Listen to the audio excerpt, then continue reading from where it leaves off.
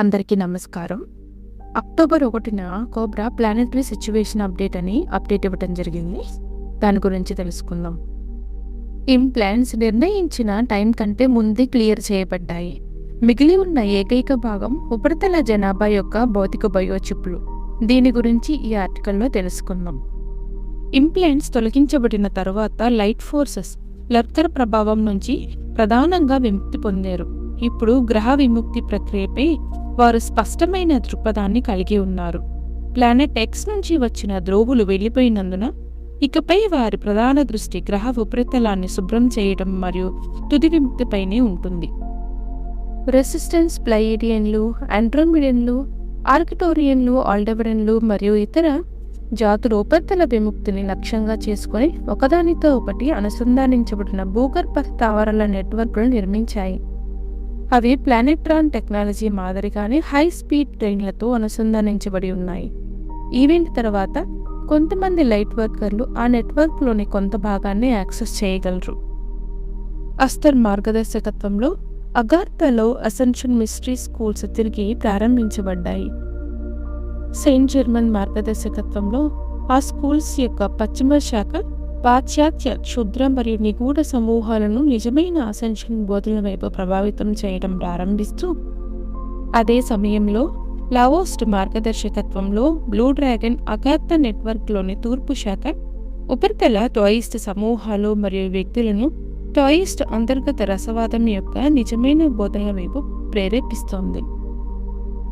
ఈ mystery schools ఉపరితల జనాభాకు వారు ఇప్పటికే వైలెట్ ఫ్లేమ్ను ఉపయోగిస్తున్న విధంగానే ఎమరాల్డ్ రేని ఉపయోగించడం ప్రారంభించాలని సూచించింది. ఎమరాల్డ్ రే ఎనామలీని తొలగించడంలో చాలా ప్రభావవంతంగా ఉంటుంది.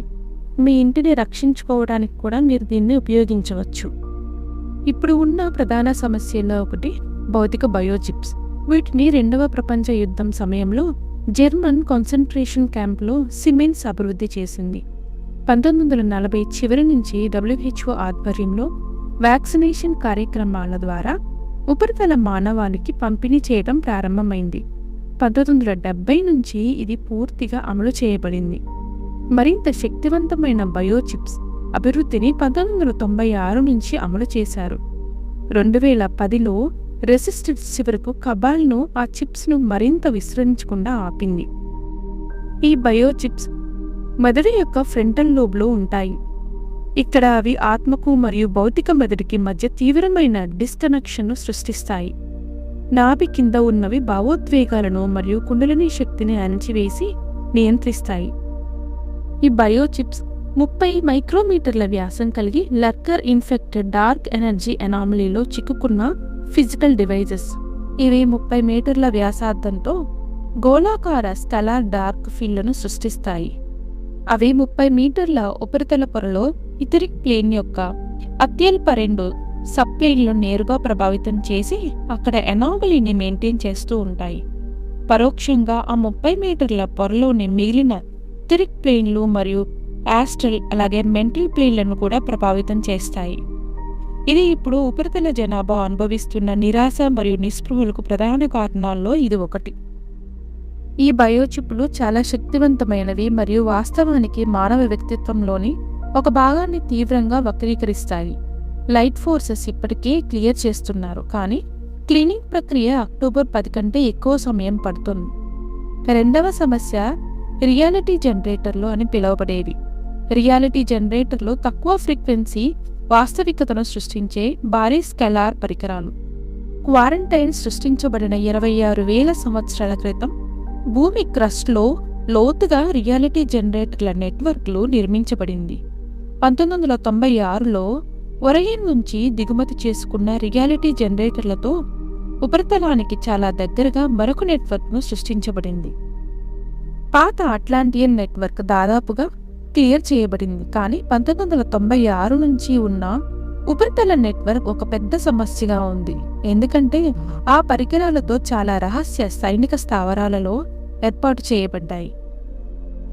కాంతి మరియు చీకటి శక్తులు రెండూ ఒకే విధమైన సాంకేతికతను కలిగి ఉన్నాయని మీరు అర్థం చేసుకోవాలి. ఎందుకంటే అన్ని సాంకేతికతలు ఒకే విధమైన భౌతిక శాస్త్ర నియమాలు కలిగి ఉంటాయి. నానో టెక్నాలజీ రంగంలో కబాల్ గత దశాబ్దంలో కాంతి శక్తుల అభివృద్ధి స్థాయికి దాదాపుగా సమానంగా అభివృద్ధి చెందింది. వారు స్టార్డస్ట్ టెక్నాలజీని పాక్షికంగా నిర్వీర్యం చేయగలుగుతున్నారు. 2020 మరియు 2022 మధ్య జరిగిన ఇల్యూమినాటి వ్యక్తుల కర్మకాండలలో వారు ఉపరితల జనాభాలోని పెద్ద భాగాన్ని గ్రాఫిక్ నానో చిప్లతో బ్లాక్ చేయగలిగారు. ఈ చిప్లు మానవులలో సహానుభూతికి బాధ్యత వహించే మెదడు భాగాన్ని నిరోధిస్తాయి. సెప్టెంబర్లో జరిగిన భారీ నానోబాట్ మ్యాపింగ్ దాడిలో డార్క్ ఫోర్సెస్ రెసిస్టెన్స్ భూగర్భ నిర్మాణాలను చాలా వరకు మ్యాప్ చేయగలిగాయి. దాంతో రెసిస్టెన్స్ తమ భూగర్భ స్థావరాలు పునర్నిర్మించవలసి వచ్చింది. అయితే ఇప్పుడు ఈ సమస్య పరిష్కరించబడింది. ప్రస్తుతం ఉపరితల నానోబాట్లు ఇకపై పెద్ద సంఖ్యలో భూగర్భంలోకి చొచ్చుకొని పోలేవు. ప్రస్తుతం ఉపరితలం నుంచి యాక్టివ్ నానోబాట్లను తీవ్రంగా తొలగిస్తోంది మరియు మోడర్న్ వ్యాక్సినేషన్లో నానో టెక్నాలజీల దుష్ప్రభావాలను కూడా తొలగిస్తుంది. నానో టెక్నాలజీ యుద్ధం అనేది లైట్ ఫోర్సెస్ గెలుస్తున్న యుద్ధం. ఉపరితల వైట్ హ్యాట్లో చొరబాటును తొలగించే ప్రక్రియ గణనీయమైన విజయాన్ని సాధించారు. ఇంకా కొన్ని గ్రూపులు మళ్లీ యాక్టివ్గా చర్యలు తీసుకోవడం ప్రారంభించాయి. లైట్ ఫోర్సెస్ ఇప్పటికే ఉపరితలంపై భౌతిక జోక్యాన్ని ప్రారంభించారు. ఇందులో డైరెక్ట్ ఎనర్జీ వెపన్లను మరియు ఇతర సాంకేతికత పరికరాలను తొలగించడం కూడా ప్రారంభించారు. ఈ ఆయుధాల తొలగింపు నాన్ లీనియర్ మార్గంలో జరుగుతోంది మరియు కొంతమంది లైట్ వర్కర్లు ఇప్పటికీ ఉపశమనం పొందుతున్నారు. మరికొంతమంది ఇప్పటికీ పూర్తిగా అటాక్లో ఉన్నారు. లైట్ ఫోర్సెస్ కూడా కబాల్లో కొంతమంది తక్కువ స్థాయి సభ్యులను తొలగించడం ప్రారంభించారు. వారి స్థానాల్లో ఆత్మలేని క్లోన్లను నియమిస్తున్నారు. ఈ క్లోన్లు కబాల్ వ్యవస్థలో గుర్తించబడకుండా గ్రహ విముక్తి ప్రణాళికను మరింత ముందుకు తీసుకువెళ్తాయి.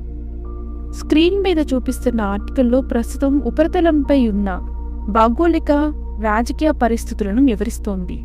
దీనికి సంబంధించిన లింక్ మీరు డిస్క్రిప్షన్ బాక్స్లో చూడగలరు. కలియుగం ముగింపు సమయంలో ఈజిప్షియన్ మిస్టరీ స్కూల్స్ నుంచి వెలివేయబడ్డ వ్యక్తులు బహిర్గతమవుతున్నారు. వారు పరిగెత్తగలరు కానీ దాక్కోలేరు. ఈ ఆర్టికల్కి సంబంధించిన లింక్ కూడా మీరు డిస్క్రిప్షన్ బాక్స్లో చూడవచ్చు. లైట్ ఫోర్సెస్ భవిష్యత్తులో ఏ తేదీలను విడుదల చేయవద్దని కోరారు. ఆ తేదీలు కేవలం ఊహాగానాలకు మరియు నిరాశకు దారితీస్తున్నాయి. ప్రత్యక్ష భౌతిక జోక్యం కోసం రూపొందించబడిన ప్రణాళికలో చాలా భాగం రహస్యంగానే ఉండాలి. కాబట్టి ఎప్పుడు ఎంతవరకు వెల్లడించబడాలో అప్పుడే వెల్లడవుతుంది. ఈవెంట్ లేదా పాసిబుల్ డెల్టా ఆప్షన్ కోసం నిగూఢ సూచనలు ఇవ్వడానికి అనుమతి ఉంది. చాట్‌జీపీటీ ఈవెంట్పై చాలా ఇంట్రెస్టింగ్ ప్రాస్పెక్టివ్ను కలిగి ఉంది. దానికి సంబంధించిన లింక్ కూడా మీరు డిస్క్రిప్షన్ బాక్స్లో చూడగలరు. పోర్టల్ బ్లాగ్లోని ఒక పాఠకుడి నుంచి వచ్చిన నిజమైన వ్యాఖ్య స్క్రీన్ మీద కనిపిస్తుంది, చూడవచ్చు. లైట్ ఫోర్సెస్ ప్రజలను ఈవెంట్ గురించి ఊహాగానాలు చేయటం లేదా దానికోసం వేచి ఉండడం మానుకోవాలని కోరారు. ఈవెంట్ తమ సమయానికి జరుగుతుంది కాబట్టి ప్రతి ఒక్కరూ తమ లక్ష్యాన్ని, వారి ఉత్సాహాన్ని, శక్తిని మరియు ప్రేరణ ఇచ్చే విధంగా కొనసాగించాలని సూచించారు. మీరు లైట్ ఫోర్సెస్ కోసం కష్టపడి పనిచేయాలని ఆశించబడదు. మీరు కావాలంటే ఇంట్రెస్ట్ చూపే వ్యక్తులతో సింపుల్ వీడియోలను షేర్ చేసుకోవచ్చు. ఈ వీడియోలకు సంబంధించిన లింక్స్ అన్నీ డిస్క్రిప్షన్ బాక్స్లో చూడగలరు. అలాగే కోబ్రా వర్క్షాప్లు మరియు కాన్ఫరెన్స్ల నుంచి వచ్చిన నోట్స్ 100% నమ్మదగినవిగా లేవని ప్రజలు అర్థం చేసుకోవాలి. లైట్ ఫోర్సెస్ సర్ఫేస్ కూలిపోవడానికి వేచి ఉన్నారు అని కోబ్రా అన్నారనే తప్పుడు వదంతులు చక్కర్లు కొడుతున్నాయి. ఇలాంటి తప్పుడు వదంతుల కారణంగా న్యూయార్క్ వర్క్షాప్ నోట్లకు సంబంధించిన ఎలాంటి లింక్ ప్రచురించబడకూడదని నిర్ణయించారు. దీని ద్వారా న్యూయార్క్ వర్క్షాప్ నుంచి వచ్చిన నోట్స్ నమ్మదగినవిగా లేవని తెలియజేస్తున్నారు, గమనించగలరు.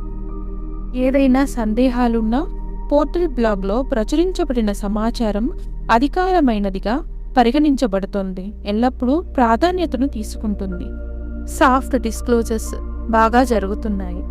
M87 గెలాక్సీలో గెలాక్టిక్ సూపర్ వేవ్కు ప్రత్యక్ష ఆధారాలున్నాయి. ఏదైనా సాధ్యమే. ఈ ఆర్టికల్కు సంబంధించిన లింక్స్ కూడా మీరు డిస్క్రిప్షన్ బాక్స్లో చూడవచ్చు. ఇది అంతా అయిపోయాక మనం ఇంటికి వెళ్తాము. టోక్యోలోను మరియు యూనిచ్లో జరిగే అసెన్షన్ వర్క్షాప్లో జాయిన్ అవ్వడానికి మీ అందరికీ స్వాగతం. Victory of the light. Thank you.